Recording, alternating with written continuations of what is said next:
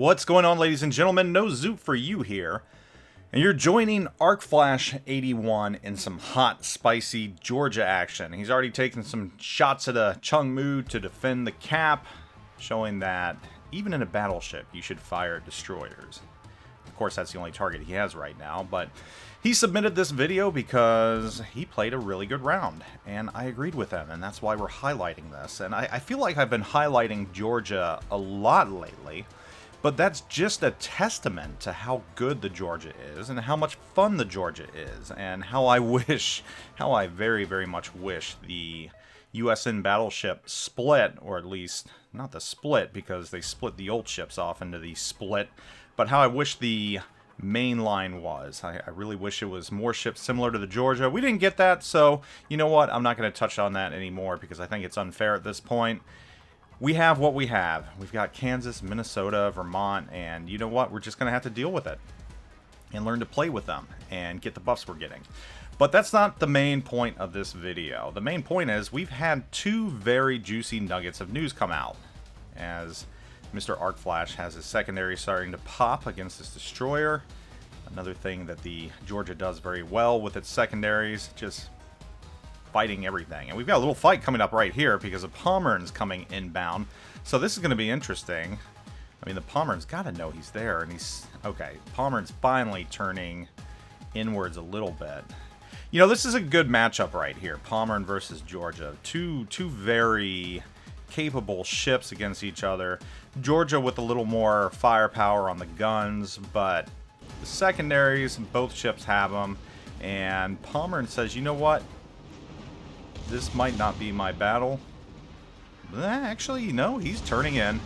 He's turning in. He's not turning out. So, he's not focused on the Georgia, though. I would be focused on the Georgia. Mr. ArcFlash is going to make a slight tactical retreat right here, though, which is probably not a bad move at this point. Twerps are inbound, so chances are they might hit. He's just going to let the secondaries do the work. Pomeran kind of making a mistake right here by going broadside. I would have pushed and faced that low-health battleship that just got sunk, but he didn't, and you know what? He's going to pay a little bit for it. No citadels there, but 17,000K off that.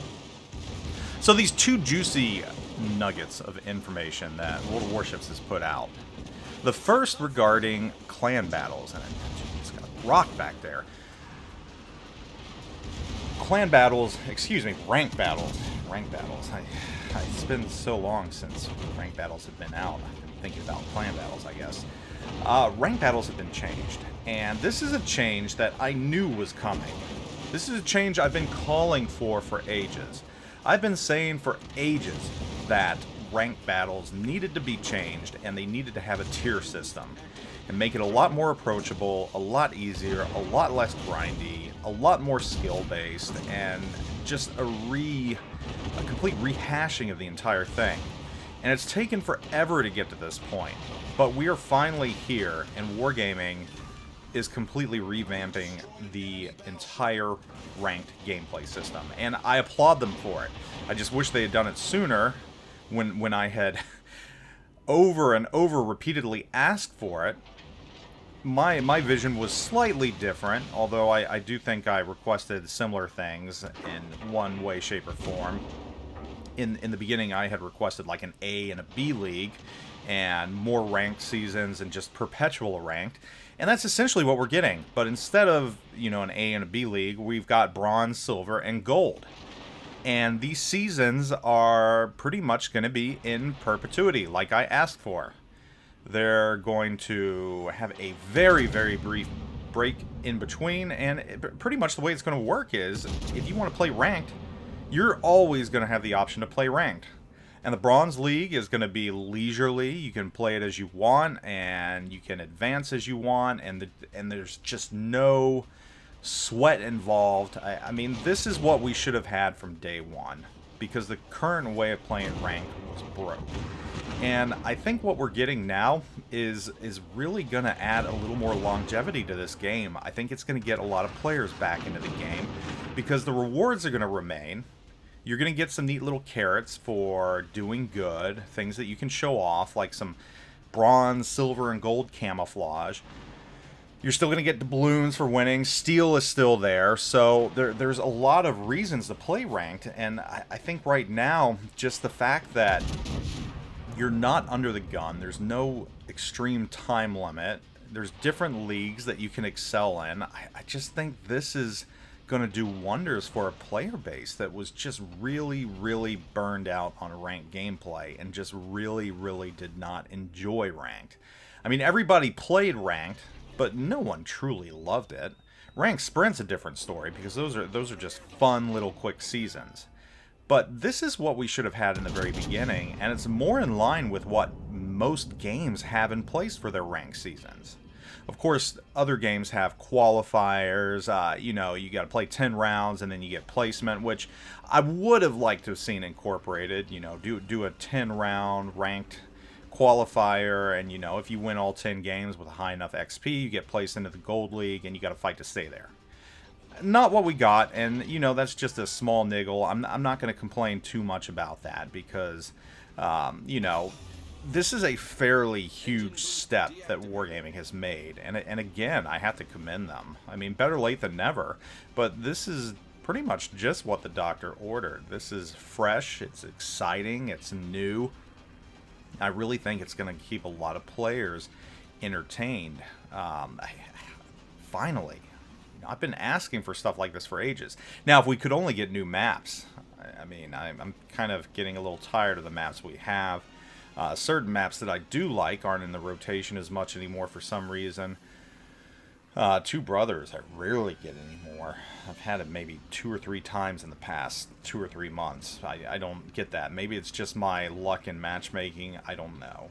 And Arc Flash right here is just kind of locking down the flank, which probably a good thing.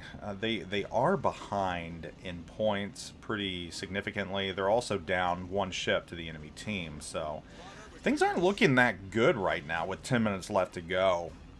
He only has 60,000 damage at this point, though he has tanked 1.5 million.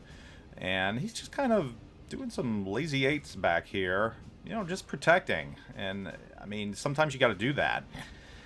You got an Iowa, a Neptune, and a Rune, but they're in pretty good shape on this side. It's the eastern flank that's the issue, and the enemy team has just kind of pushed through, and they're on the backside now, and they're very much, his team's in very much danger of getting backflanked, which would not be good for him.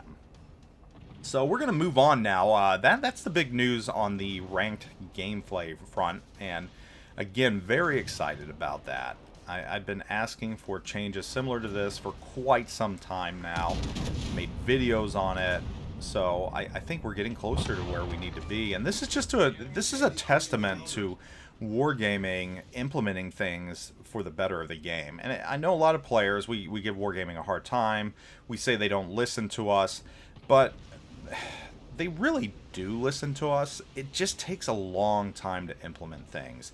It's not a slow process making ground shifting changes to the game. I mean, development takes time. It takes effort. So, you know, while we might say, this is a small thing, why didn't we get it sooner?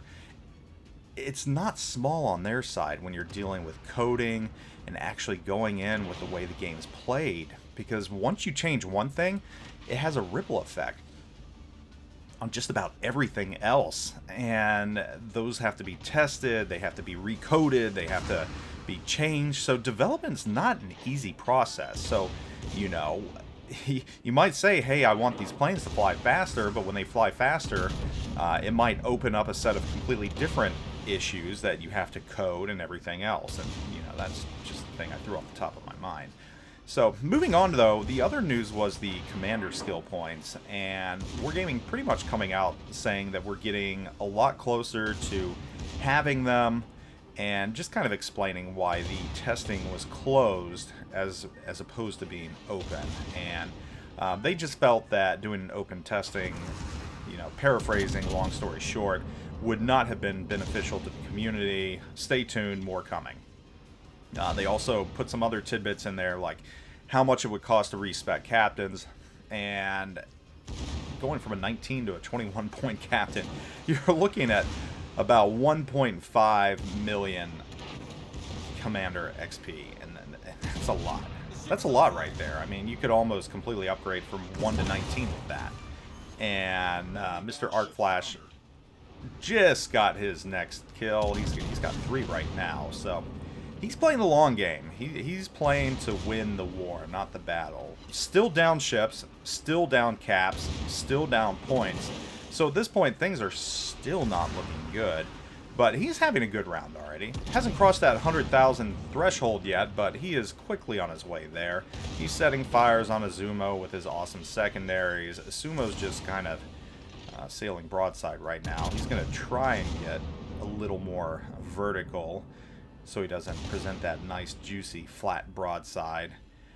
But I think we're going to see 2 things happen here. Either Arc Flash is going to decimate him really quickly, or he's going to decide he needs to pull off and go join the other fight. So Wargaming also goes into why they decided to do the changes to the Commander XP, and I agree with them. I mean, for many ships, the game, it presents itself a situation where many ships have one loadout, one build, and that's it. Or they might have one build with a few variations, but nothing that really alters the way the ship is played. I mean, the only ships I can think of that you can really alter to play differently, just off the top of my head with the current way the Commander skill points are laid out, is the Des Moines. And the Des Moines, you can play either the short game or the long game, depending on how you build it. And this Azumo's going broadside. It looks like Arc Flash has decided to give chase. He's going after it. I think he knows he's got to sink it to keep the game alive at this point. He's pretty far removed, but that's okay. Azumo here is making some interesting life choices, going broadside. There's a giant chunk off him, and at this point he's going to turn into him, or Arc Flash is going to turn into him, and Azumo's still broadside. I don't...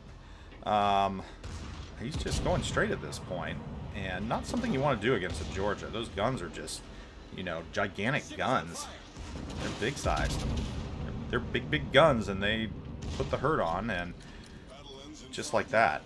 So, Azumo's going to go down right about now, here in a second, and that's going to be the 4th kill for Mr. Arc Flash. And this is where things are going to start to get very, very interesting. Down by a significant amount of points. I mean, it doesn't look like a win's even possible at this point. I'm sure all the sunken ships are inwardly raging right now. There's one final Citadel hit. An unnecessary Citadel, but it got him. And suddenly, the ships are a little close. Everybody's got low health at this point. There's not many ships that have a lot of health. There's a low health Georgia and Riga over there.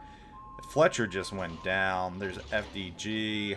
I mean, things are actually turning around at this point. He's going to take a shot at the other Georgia. He's just as low health as everyone else. So he is at 141,000 damage now, thanks in part to that Izumo. He's got the long guns going, and just taps him on the bow. And there you go. There is kill number 5 for the Kraken. 2 ships left, including the Riga. And he's going to take aim at that now from downtown. Still down a significant amount of points. But overall, I think Wargaming needs to redo the commander skills. They said they're doing it to give more choice in the way ships are played, and I like that. And there goes the Riga. The Riga is gone. There's kill number 6. And with that, there's 1 ship left. But they need to hurry because they are down a significant amount of points. And if he can't get there in time, St. Louis over here is low health. He can't stand up to this FDG. So with 3 minutes left, this game is, well, some people would say is very much over, but other people would say it's far from over. And if they win this, that's just, you know, a hell of a victory right there. And I'm not going to say the other team threw it, because they had a lot of low health ships. They played how they needed to play. They just didn't think about one ship being way far out, removed from the battle, that with its guns and the distance of its guns was very much in the battle and at the right place at the right time. So, very interesting how this played out. And I don't even know that Arc Flash figured this round would play out this way. He was probably very much thinking this game was a loss towards the end of taking out that Azumo. And then all of a sudden, all these juicy targets with low health just presented themselves. And sure enough, he had the spotter plane, he had the range, and now he's going nose in. He's going after this FDG, and it's going to take every bit of the 2 minutes to get there to get close enough to take out this FDG. They still have no chance of taking caps right now. The caps are out of the question. It's pretty much at this point sink or lose. You know, not I wouldn't say not many, but a lot of rounds don't turn out this way. And I like it when this happens, when it's a close round. One team has the ships, the other team has the points. And here's the FDG. It just appears out of nowhere, presenting that nice juicy broadside. And 20,000 damage right there. Beautiful roll. But remember, 2 low health ships. I mean, Arc Flash right here, he's not in the best shape at all, so he needs to stay very diagonal to ensure that those shells bounce. But he's got a nice flat broadside right now, and like that, game's over. He won. Great round, Arc Flash. You did very, very well. Great changes coming from Wargaming. Keep the faith if you haven't been happy lately. Things are changing for the better, and I think we can all agree that these are great changes. Want to know your thoughts on everything, though? Thank you for watching. Take it easy. Zoop out.